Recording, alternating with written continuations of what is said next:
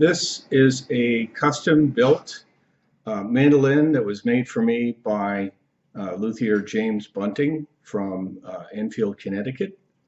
The mandolin is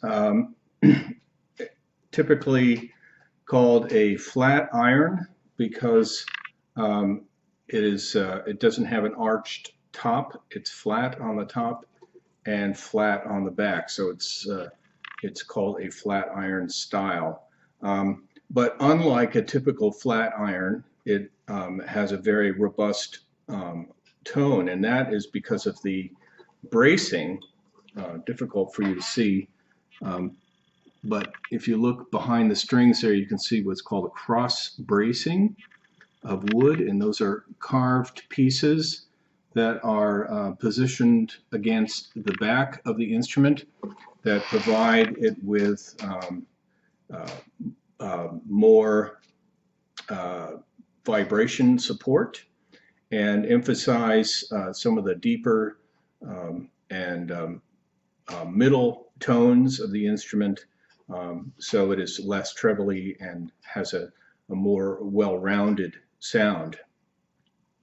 The instrument is made with curly maple, which is really quite beautiful, and some of the details on the instrument are very special and make it a unique instrument. For example, the binding is this sort of maple, I think he called it rose maple, something like that. I'm not exactly sure what the materials are. I know I should know that, but it's got a bone nut, which is very dense, and it doesn't the strings don't cut very easily through it. The tailpiece is a unit of his own design. As you can see, it's made of solid ebony, and the pins are seated in a plate behind the tailpiece that is attached to the instrument through the hole in the bottom of the instrument. And it's set up so that it will be very easy to put in a internal microphone or pickup if I ever desire to do that, which I have no intention of doing at this point. The machine heads are very well made, and they're very nice. These are ebony heads, they're not plastic. And I am especially enamored with the logo at the top. This is a Celtic knot, and because I use this primarily for Celtic music and classical music, it's a nice additional feature. When I play this mandolin, I generally use a Jim Dunlop pick. This is a 1mm pick. It's black in color, and so if you go to any mandolin store or guitar shop, you should be able to find it. It's I would say medium heavy.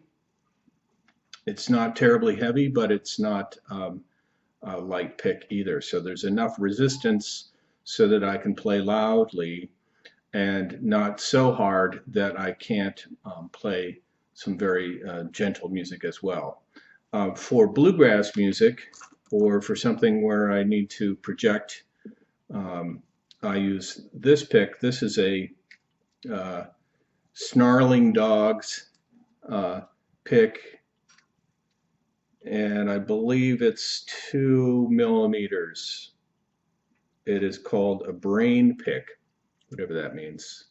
That's their brand, and it's a heavy pick. It's very stiff, but I like it because it has the this I guess you would call it shark skin.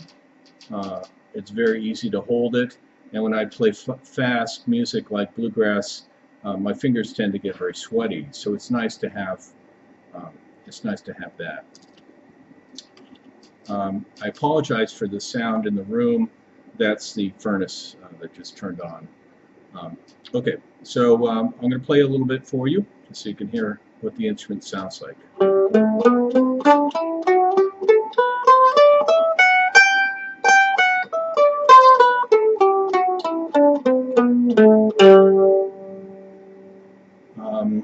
Play something, let's see,